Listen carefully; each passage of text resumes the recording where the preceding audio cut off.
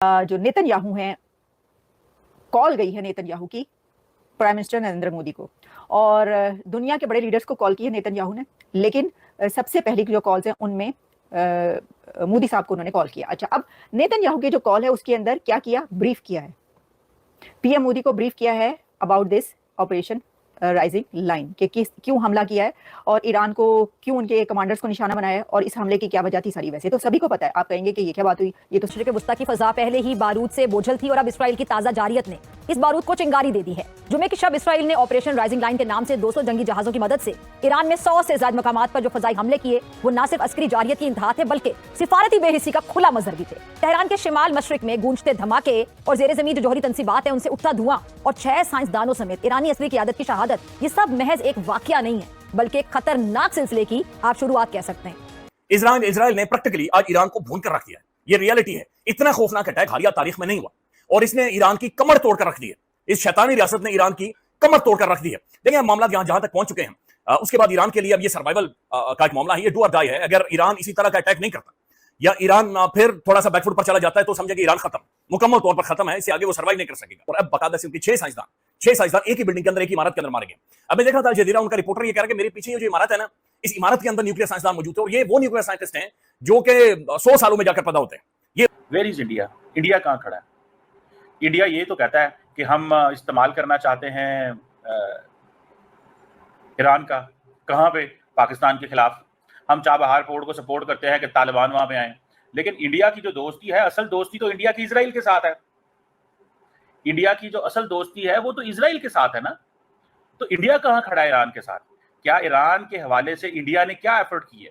मिसाल के तौर पर एक ऐसी शुरुआत जो खित्ते को तबाही के दहाने पे ला खड़ा कर सकती है। इसराइल की जानिब से इस हमले की जो वजह है वो ये बताई जाती है कि वो ईरान को 15 जौहरी बम बनाने के काबिल मवाद से महरूम करना चाहते हैं। मगर अच्छा, ईरान पर हमले के नतीजे में आलमी मंडी में आपको पता है कि तेल की कीमतें बढ़ गई, जिसका डायरेक्ट बराह रास्त असर पाकिस्तान जैसे मुआशी दबाव का शिकार ममालिक पर पड़ेगा। महंगाई की जो नई लहर है अवाम के लिए यकीनी तौर पर बड़ा कठिन इम्तिहान भी साबित हो सकती है। अच्छा, इस्लामाबाद को अब तलवार की धार पर चलना होगा। एक तरफ हम देख रहे हैं कि जी खलीजी ममालिक में मुकीम पाकिस्तानियों का जो मुस्तकबिल है, दूसरी तरफ ईरान के साथ बिरादराना ताल्लुकात हैं जिनमें गैस पाइपलाइन जैसा आपको पता है स्ट्रेटेजिक मंसूबा ये भी शामिल है। अब ये सवाल भी अपनी जगह मौजूद है कि अगर इसराइल एक एटमी सलाहियत के इम्कानात के करीब पहुंचते पर ईरान पर चढ़ दौड़ सकता है तो क्या कल को पाकिस्तान भी किसी ऐसी साजिश का खुदा न खास्ता निशाना बन सकता है? और इसराइल ने हमेशा मुस्लिम दुनिया की एटमी ताकतों को अपनी बका के लिए खतरा करार दिया है और समझा है। लिहाजा से पहले तो मैं जानना चाहूंगी जो इसराइल की जानिब से ये जो किया गया, जब भी कहीं ड्रोन्स भेजे जाते हैं, जैसा इंडिया की जानिब से जब इसराइली साख्ता ड्रोन्स हमारे यहाँ भेजे गए तो हमारा जो एयर डिफेंस एक मैकेनिज्म है, रिस्पॉन्ड करने का जो सिस्टम है, माशाल्लाह बड़ा एक्टिव था। अब ईरान की जानिब से भी वो जो एयर डिफेंस सिस्टम है या रिस्पॉन्स करने की जो स्ट्रैटेजी होती है वो रडार पे तो नजर आ जाता है। वो जरा आसान अल्फाज में मैकेनिज्म पूरा समझाइएगा। तो वो अभी हम प्रोग्राम से पहले भी बात कर रहे थे कि अगर नियत ना हो, जहां जहां से गुजर कर आया, वो जिन जिन ममालिक से, और अफसोस के साथ कहूंगी वो इस्लामी ममालिक हैं, तो फिर इसीलिए ये हुआ। अभी बल्कि मैं एक ट्वीट पढ़ रही थी, ये रॉ का, ये समझ लें कि ये रॉ की तरफ से ऑपरेट किया जाता है अकाउंट, और इसने लिखा जी इसराइल सिर्फ इसराइल के लिए नहीं लड़ रहा बल्कि ये इंसानियत के लिए, ह्यूमैनिटी के लिए लड़ रहा है, और अगर आप इसराइल के साथ नहीं हैं तो फिर आप इस्लामिक जो टेररिज्म है उस पर उसने कमेंट्स किए हुए हैं कि आप इस्लामिक टेररिज्म के साथ हैं। अच्छा। और ये अब खुलेआम ये जो रॉ के अकाउंट्स हैं, जो सबको पता है, किसी से ढकी छुपी बात नहीं है, वो इसराइल के साथ खड़े हुए हैं। और अमेरिका की जो पुष्पनाई है किस हद तक खतरनाक साबित हो सकता है पूरे खित्ते के लिए। इसराइल का जो अटैक था वो ईरान के अंदर से भी उसको सपोर्ट थी। मैं समझता हूँ कि ईरान के अंदर से भी बड़ी स्ट्रॉन्ग सपोर्ट थी, क्योंकि जिस किस्म के वहाँ काम भी किए हैं इसमें। दूसरी बात, एक तो मुस्लिम उम्मा की बात ना किया करें। देयर इज नो मुस्लिम उम्मा, ये हमारे लिए एक ऐसे ख्वाब हमने देखा हुआ है। जना सब बात तो कर सकते हैं, एक गाली जड़ी सी कर सकते हैं, मैं तनकीद तो कर सकती हूं, मैं सवाल तो उठा सकती हूं, मतलब दुख होता है, तकलीफ होती है, बात तो कर सकते हैं ना, शायद किसी का ज़मीर झंझोड़ा जा सके। देखिए मैं आपके साथ आवाज मिला के बात कर रहा हूँ जी। मैं भी आपकी बात भाई जी जना साहब। नंबर 3, ये अभी चिश्ती बता रहे थे, मैं साथ समझता हूँ कि सऊदी अरेबिया को, कतर को, यूएई को, इनके पास सारे जदीद रडार सिस्टम मौजूद हैं, इनको पता भी होगा, इनको बताया भी गया होगा, और अगर ये डायरेक्टली नहीं तो इनडायरेक्टली कंप्रेसड हैं सारे नुकसान में। और आप अगर दुनिया का मक्सद वस्ता का नक्शा खासतौर पर उठा के देख लें, तो गुज़श्ता तकरीबन 30 सालों में जो तब्दीलियां आई हैं, मेरा नहीं ख्याल है कि 1995 में या 2000 में कोई इमेजिन कर सकता था कि जो सो कॉल्ड हमारे मुस्लिम मुल्क हैं उनका क्या हशर होगा। ये आप शुरू करें लीबिया, सीरिया, इराक, कहीं चले जाए, आप जहां भी चले जाए, कहीं भी आपको नजर आएगा कि ये बाकायदा एक मसूबे के तहत जो काम हो रहा था उस पर काम चला गया। इसके हमें सरप्राइज इस बात भी नहीं कि ईरान के ऊपर हमला हुआ है। सबको ही पता है क्यों निशाना बनाया दोनों कंट्रीज के बीच जो चल रहा है, लेकिन ऐसा नहीं होता, क्योंकि इसमें होता यह है कि जो भी कंट्री दुनिया का इस वक्त कोई भी कंट्री कहीं पर भी हमला करेगा तो उसमें याद रखिएगा कि वो उससे पहले या उसके बाद दोनों उसमें कि पहले भी और बाद में भी कभी या पहले या बाद में कंट्रीज को कॉल करके बड़े लीडर्स को बताया जाता है, दुनिया के बड़े कंट्रीज के बड़े लीडर्स को कॉल करके बताया जाता है कि हमने ये करने लगे हैं या हमने ये कर दिया है और क्यों किया। तो ऐसे ही जो है वो नेतन्याहू ने कॉल की है और उसमें मैं आपको ये भी बताती हूँ कि जो इंडिया के प्रधानमंत्री हैं मोदी साहब, उनकी तरफ से क्या लिखा गया उनके एक्स ट्विटर अकाउंट पर, उन्होंने लिखा received a phone call from PM Netanyahu of Israel, he briefed me on the evolving situation, I shared India's concerns and emphasised the need for early restoration of peace and stability in the region. अब उनकी तरफ से वही बात की गई है मोदी साहब की तरफ से कि हमें इसके ऊपर कंसर्न है। इंडिया ये कह रहा है कि ये कंसर्न है क्योंकि ये एक बड़ी जंग बन सकती है, पहले ही बड़ी जंग है, 2 कंट्रीज इसमें हो गए हैं, तो इसको जो है पीस की तरफ आएं और पीस रिस्टोर करें। ये उन्होंने कहा कोई भी बड़ा लीडर जाहिर है कि ऐसी कोई बात करेगा, वो ये तो नहीं करेगा कि नहीं आप अच्छी बात है और भी हमले करें, लेकिन ये बात उन्होंने की। लेकिन इसकी वजह एक और भी है और इसकी वजह ये है कि जहां इजराइल इंडिया का बहुत ही करीबी दोस्त है और बड़े दोनों के बीच जो हैं वो कमाल के ताल्लुकात हैं और डेकेड से जो हैं वो एक दूसरे के साथ खड़े हैं। वाकईतन ईरान को जोरी ताकत बना सकते थे।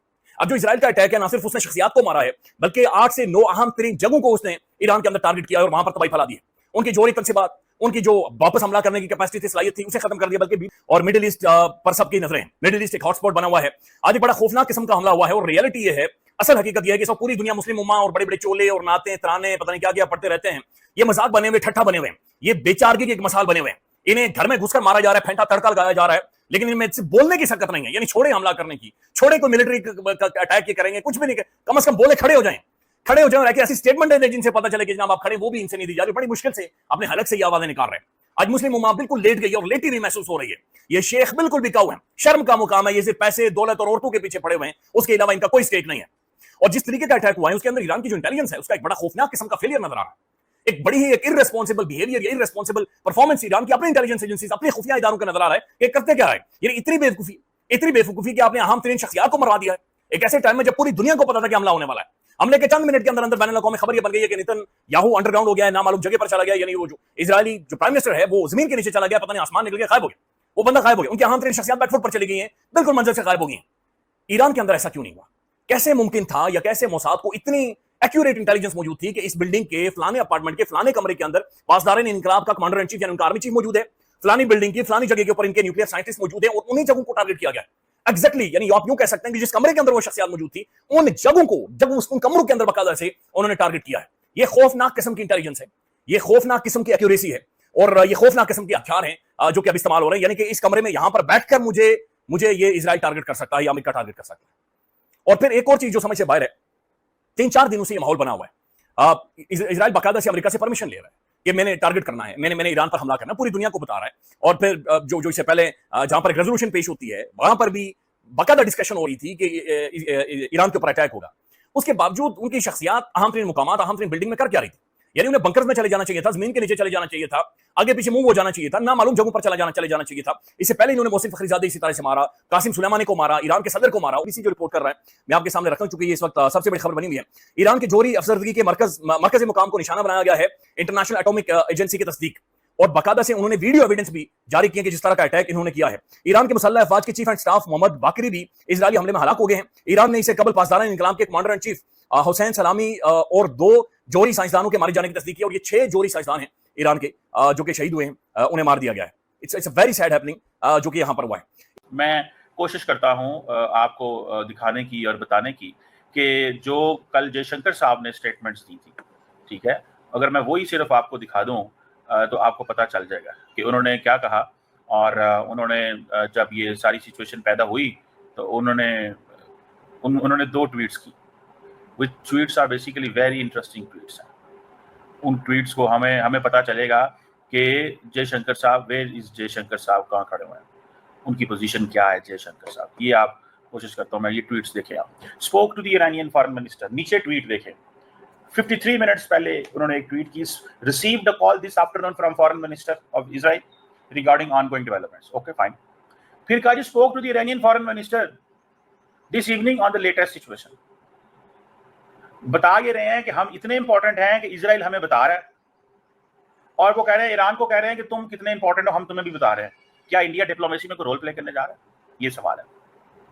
इंडिया क्या रोल प्ले करेगा? ये सवाल है। इंडिया ने क्या किया अभी तक? इंडिया ईरान का बहुत अच्छा दोस्त है।